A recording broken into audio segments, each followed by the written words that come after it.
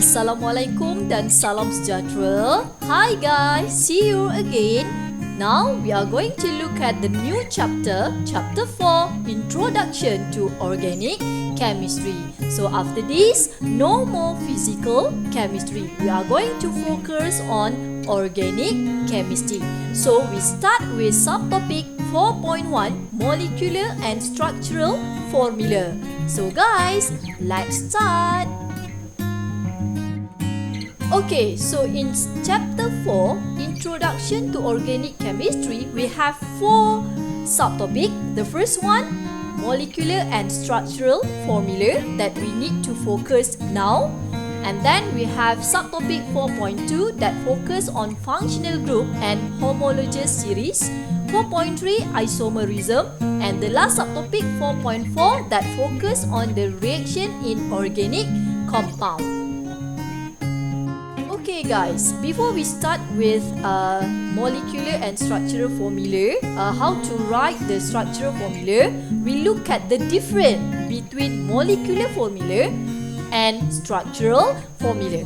Okay, before this, in physical chemistry, you biasa guna molecular formula. Contoh, for example, here we have CH4. So this is molecular formula. So this is you use in physical chemistry when you write the chemical equation. But now in organic chemistry, you kena biasakan untuk lukis structural formula. So this is how you draw the structural formula. You need to show every single bond that involve between atom. So in organic chemistry, normally we are going to focus on covalent bond. So every single bond you need to show. So for example here, we know that carbon, ingat lagi semester lepas, Lewis structure, carbon normally maximum bond yang dia akan bentuk adalah 4 ikatan. Sebab carbon should octet, carbon must octet. So sebab tu maximum bond for carbon adalah 4. Ini adalah perkara penting yang you kena faham when you draw the structural formula. For hydrogen, maximum bond yang dia boleh buat adalah 1 sahaja. Okay. So you refer balik Lewis structure batch lepas. Okay, not batch lepas, semester lepas. Boleh. And then normally carbon and hydrogen biasa ada dalam organic chemistry. Itu adalah familiar or usually atom that we are going to use in organic chemistry, carbon and hydrogen. So the other atom in organic chemistry yang you akan jumpa nanti, kita akan ada oxygen atom.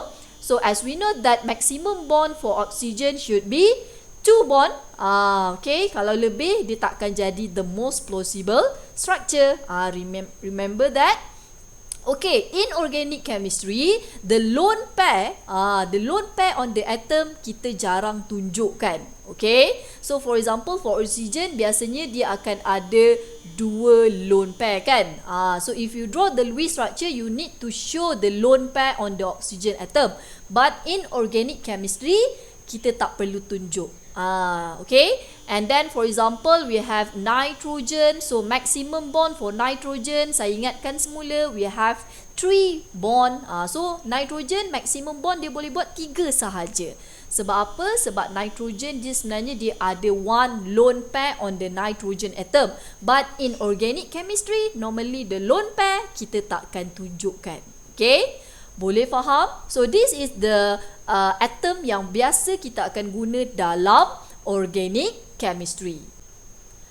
Okay, so before we look at how to draw the structural formula, kita lihat what is the structural formula. So actually structural formula show the actual number of atoms, their relative placement, and the bond between them. Like I show you just now, CH4. So we show every single bond that involve between carbon atom and hydrogen atom. So that structural formula.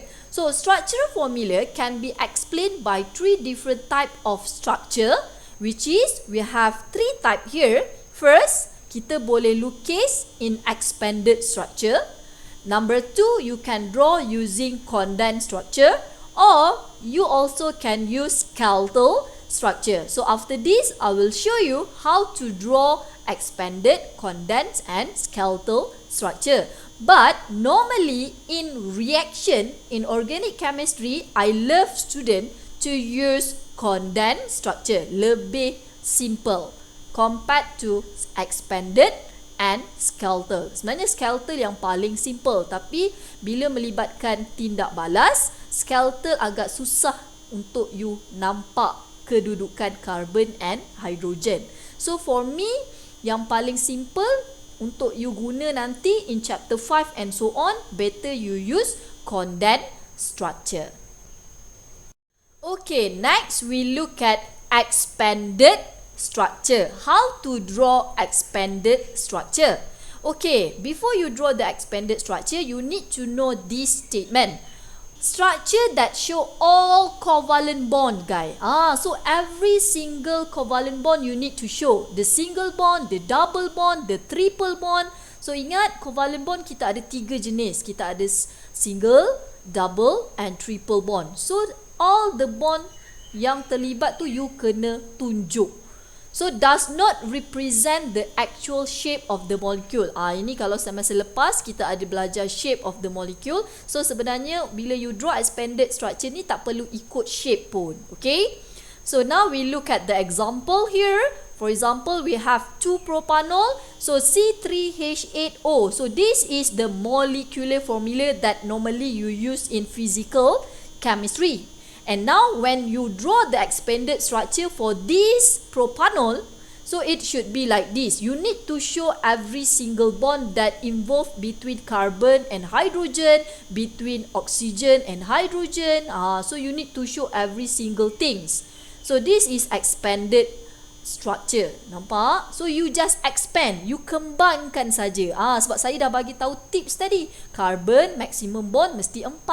Hydrogen maximum bond mesti 1. Oxygen maximum bond hanya 2. Nampak? Okay, next kita ada contoh propene. So ini adalah alkene. So later in chapter 4.2 you will learn about functional group. So nanti bila you dah tahu jenis-jenis compound, so lagi senang you expand the structure. Okay, so this is how you show the expanded structure for propene. So look, in propene we have double bond here. Okay, so double bond tu kena tunjuk. Boleh kelas? So dekat sini kalau you tengok carbon ni, saya kata maximum bond dia mesti 4. So carbon ni memang cukup 4. 1, 2, 3, 4. So no more hydrogen here. Okay?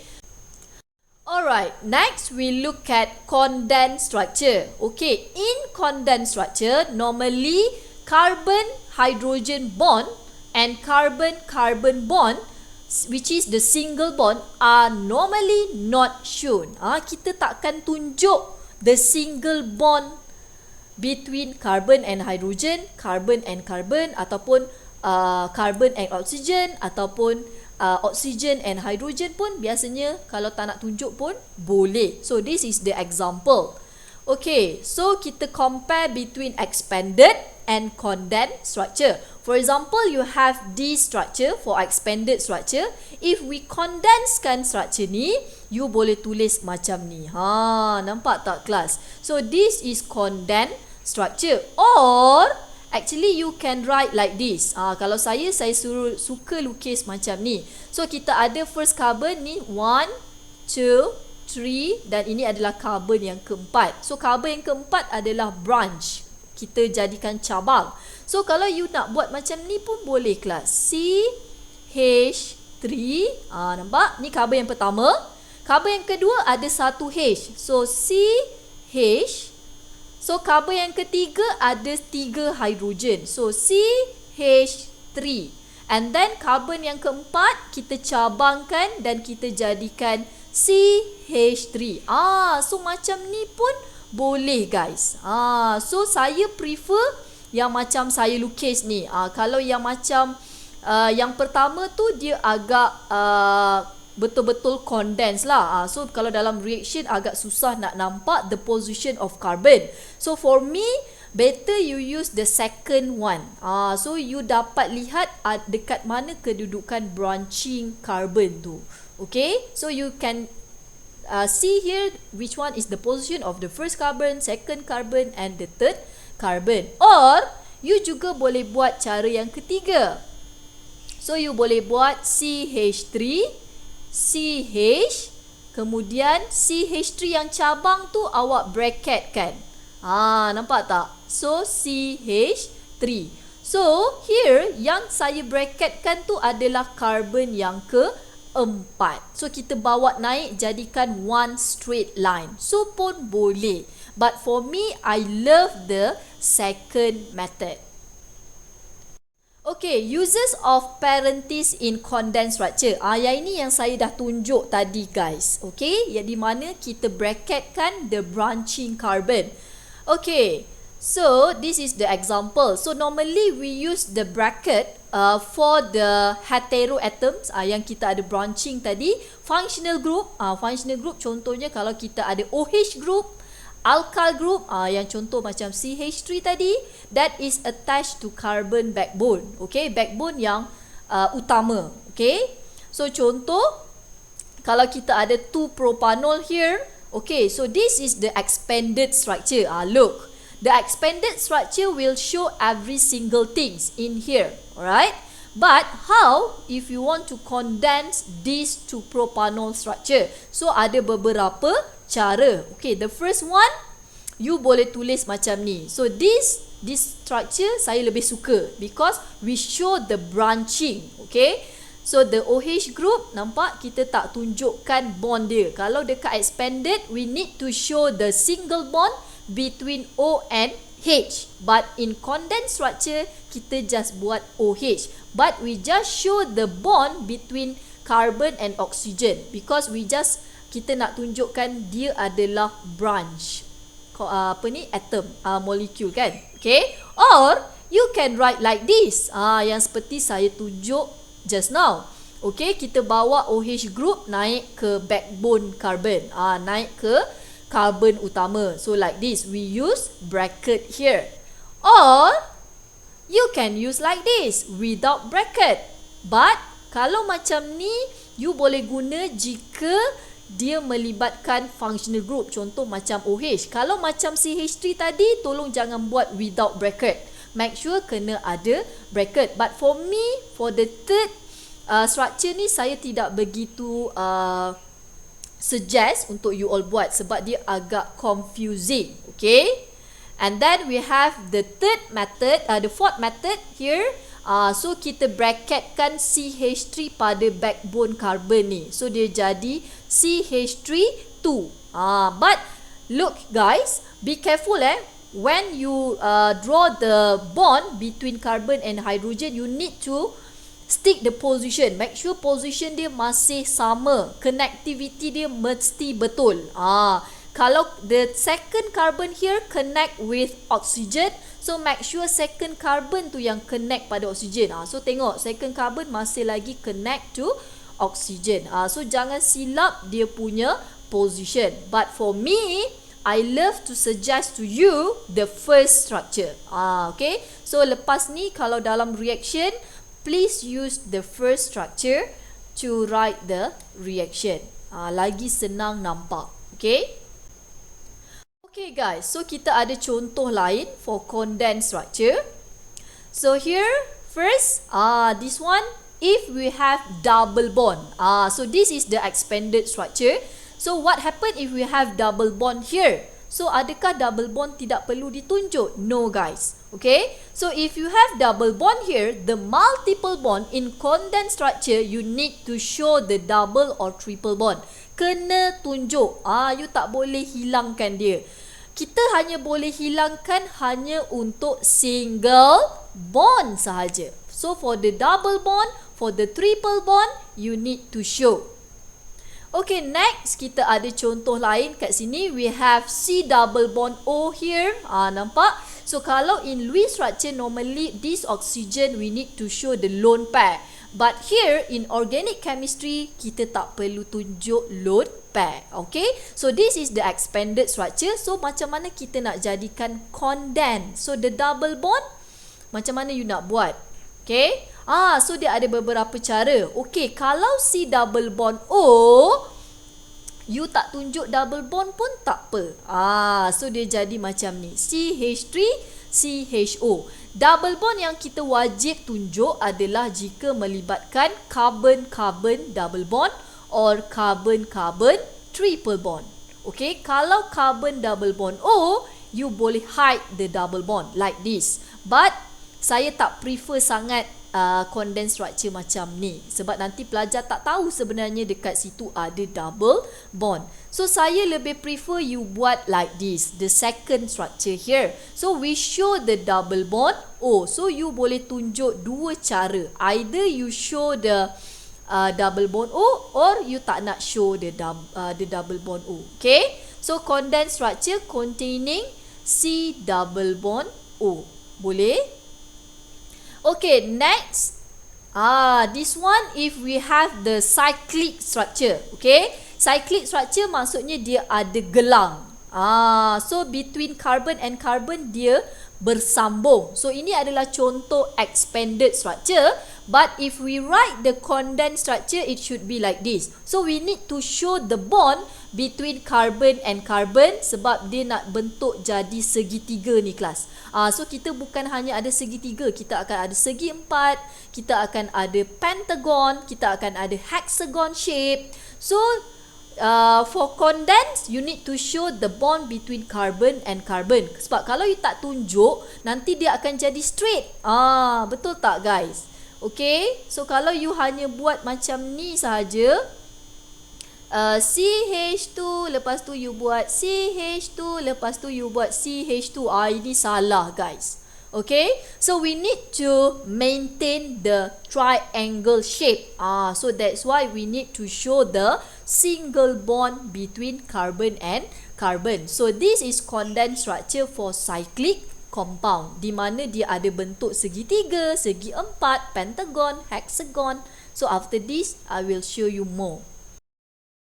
Okay, now we look at skeletal structure, the third type of structure here. Skeletal structure adalah structure yang paling simple. Why? Okay, so carbon chain are drawn zigzag. Macam mana ni? Carbon chain are drawn zigzag and ring are drawn as polygon. Okay, how? Like this guys. Zigzag tu macam mana? Macam ni. Saya tunjuk pada you all. Contoh, kalau you ada tadi CH3, CH2, CH2, CH3. Saya bagi panjang sikit. So kita ada 4 carbon here. Okay. Here the carbon 1, 2, 3, 4. So, how to draw the zigzag? So kalau kita tengok dekat sini kelas, carbon atoms are usually not shown, where hydrogen atoms that bonded to carbon are not shown. Functional group are shown. Nampak tak? So carbon and hydrogen tak perlu ditulis. Kita hanya buat zigzag line sebenarnya kelas. Okay, how? So I'll show you. So here we have 4 carbon, right? So once you letak aja pen, satu pen kat situ, dia dah bentuk satu carbon. Nampak tak titik warna biru kecil tu? So you tarik je, dah carbon kedua, turun lagi carbon ketiga, naik carbon keempat.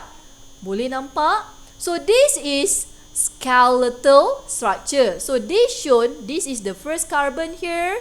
So this is the second carbon, this is the third carbon, and this is the fourth carbon. See? So kita tak tunjukkan carbon atom, and we don't show the hydrogen atom that bonded to carbon atom. So this is the skeletal structure. Boleh nampak? So very simple, but mudah juga untuk silap. Okay? So we look at the other example here. So this one I compare with expanded and skeletal structure. For example, we have this expanded structure. So kita ada this structure sangat besar. Kalau expanded dia memang sangat besar sebab we need to expand every single thing. So how to convert this expanded structure to skeletal structure? So what we need to do, guys, you need to know the straight chain carbon first. Ada berapa? Cari dulu straight chain carbon. Okay, for example here kita ada 1, 2, 3 and 4 carbon. So this is straight chain carbon. So carbon yang kelima ni adalah branching carbon. So how we need to draw this structure and transform it into skeletal structure. So this is you show. Nampak tak? So dekat mana carbon pertama? So this is your first carbon. So this carbon, first carbon consists of 3 hydrogen atom. Refer balik expanded tadi. So kita tak tunjukkan that carbon and 3 hydrogen. So the second carbon here, okay, second carbon here, dia ada double bond that bonded with the third carbon here. So the double bond you need to show. Okay, you need to show the double bond. Yang kita tak tunjuk cuma carbon and hydrogen that bond with carbon. Okay, for the fourth carbon, so here we have fourth carbon that bonded with chlorine. So this chlorine is functional group. Ni yang dia cakap functional group tadi. Okay, so functional group ni yang terdiri daripada Cl, Br, OH. Yang itu you kena tunjukkan. Okay, you tak boleh hidekan dia. Okay, and the fifth carbon adalah yang bawah ni. So this is the fifth carbon that yang jadi branching carbon just now. So kita tak tunjukkan carbon dia, kita tak tunjukkan hydrogen dia. Boleh? Alright, so now we look at the other version of skeletal structure. So here we have in the form of cyclic compound. Tadi kita ada tengok dekat condensed structure. So kalau expanded, we need to show every single bond. Okay, so this is the expanded structure. But bila dia jadi skeletal structure, kita hidekan carbon and hydrogen that bond with carbon. But the functional group here, OH group, we need to show it.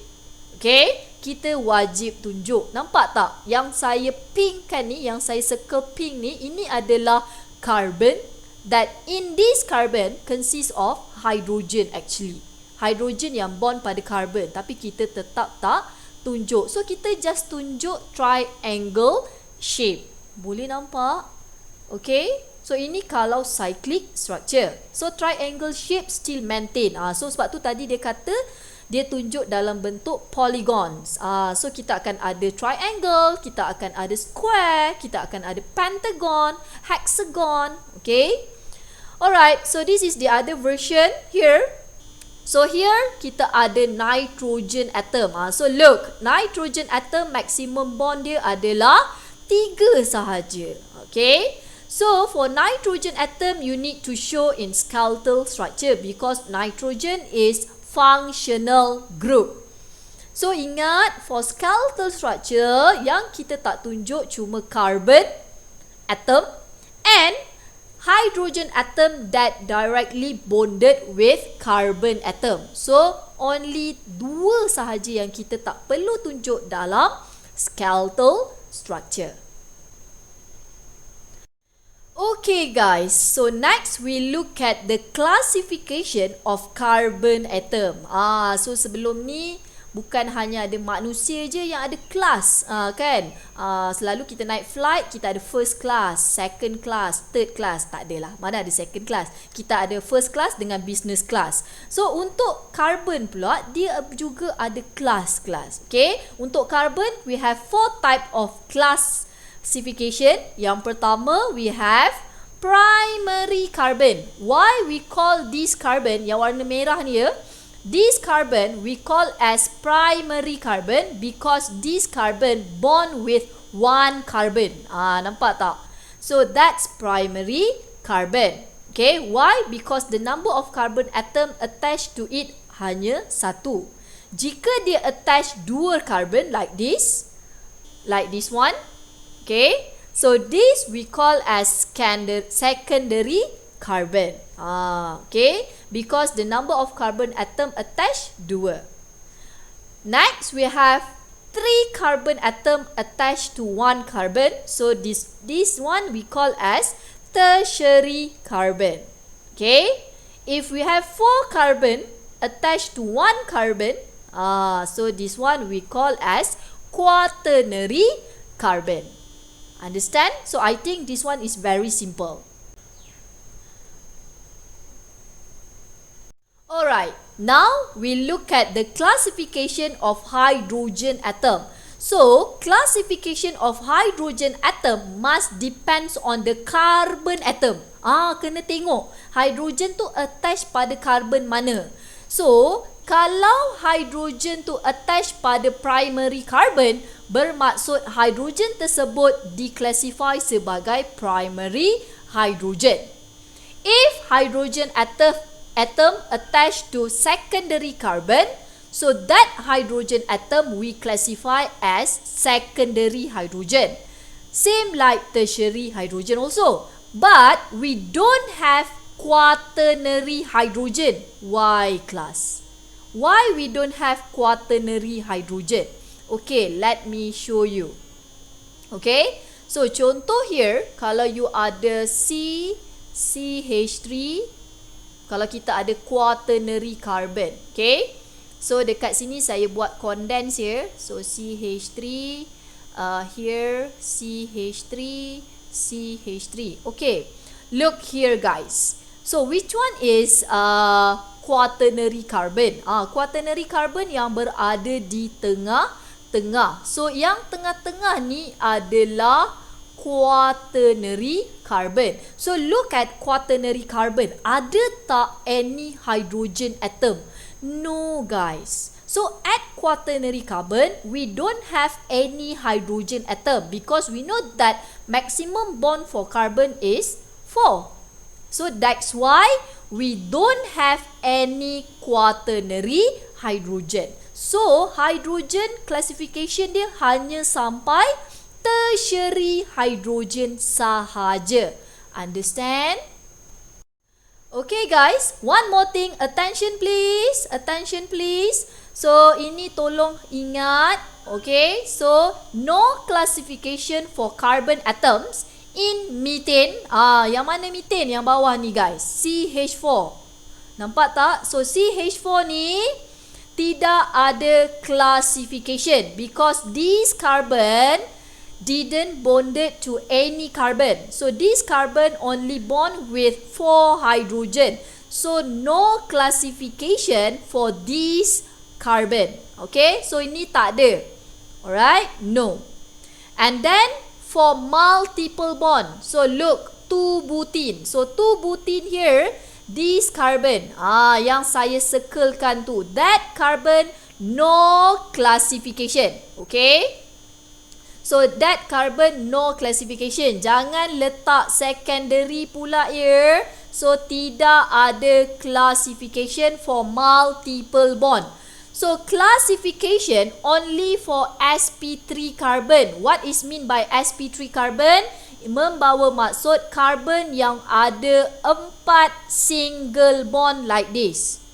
Okay, so classification of carbon only involve for carbon that consists of 4 single bond.